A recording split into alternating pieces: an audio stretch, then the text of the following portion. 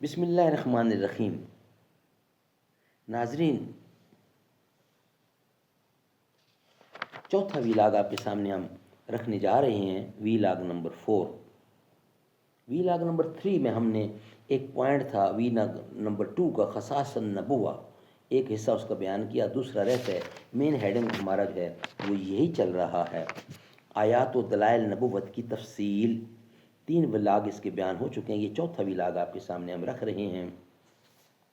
Page ہے 185، vlog number 4۔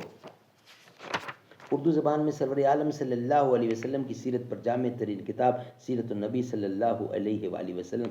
Writer ہیں اس کتاب کے علامہ شبلی نعمانی رحمۃ اللہ علیہ، علامہ سید سلیمان ندوی رحمۃ اللہ علیہ، جلد سوم۔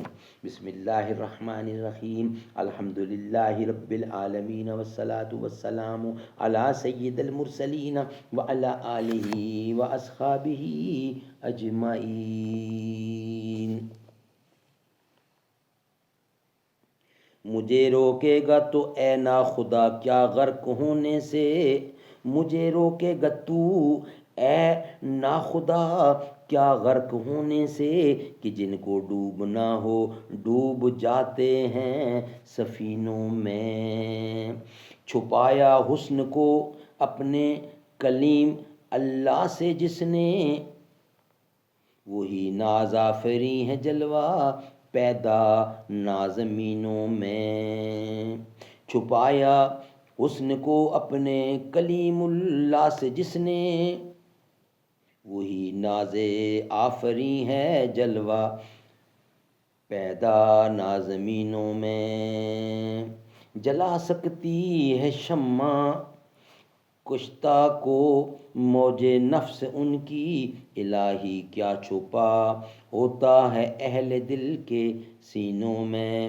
جلا سکتی ہے شمع کشتہ کو موج نفس ان کی، الہی کیا چھپا ہوتا ہے اہل دل کے سینوں میں۔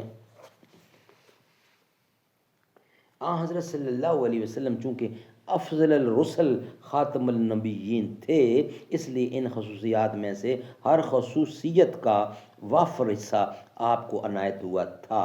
اسی لیے مکالمہ الہی، نزول ملائکہ، مشاہدہ خواب و بیداری وغیرہ خصائص نبوت کے واقعات آپ کی سیرت میں دوسرے انبیاء علیہ السلام کی سیرتوں سے بیشتر اور کامل نظر آتے ہیں۔ چنانچہ قرآن مجید میں ان کے ارشادات اور احادیث صحیحہ میں ان کی تفصیلات مذکور ہیں۔ مختلف انبیاء میں ان خصائص کا کم و بیش ہونا بھی قرآن مجید کا فیصلہ ہے۔ تلک الرسل فضلنا بعضهم على بعض منهم ان من کلم اللہ ورفع بعضهم درجات وآتینا عیسی ابن مریم البینات وأیدناه بروح القدس۔ سورۃ بقرہ کی 33 نمبر آیت۔ ان پیغمبروں میں سے بعض کو بعض پر ہم نے فضیلت بخشی ہے، ان میں سے بعض سے خدا نے باتیں کی، بعضوں کے رتبے بلند کیے، اور مریم کے بیٹے عیسیٰ کو ہم نے کھلی نشانیاں دیں اور روح القدس کے ذریعے سے اس کی تائید کی۔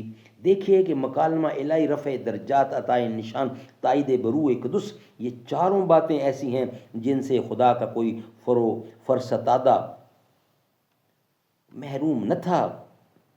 تاہم چونکہ ان میں سے ہر چیز تمام پیغمبروں میں یکساں نہ تھی، بلکہ بعض کو ان میں سے کسی چیز کا حصہ وافر دیا گیا تھا اور بعض کو کوئی دوسری چیز زیادہ ملی تھی، اس لیے ہر پیغمبر کی طرف سے اس خاص چیز کی نسبت مخصوص طور سے کی گئی ہے جس کا ان کی قسمت میں بڑا حصہ آیا تھا۔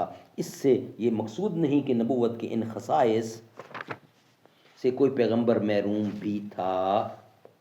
ان خصائص میں سے اللہ تعالیٰ نے سب سے زیادہ زور وحی اور نزول ملائکہ پر دیا ہے۔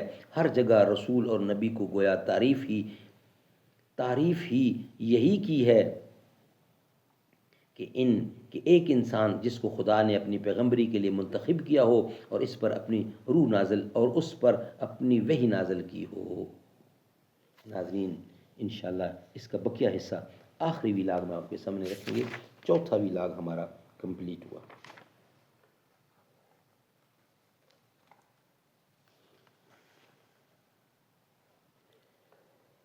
سارے تلاوت سے عبادت سے ریاضت کو ملتی ہے، تلاوت سے عبادت سے ریاضت ریاض کو ملتی ہے، میری قسمت جگانے کو خدا کا نام کافی ہے، ہزاروں غم مٹانے کو خدا کا نام کافی ہے۔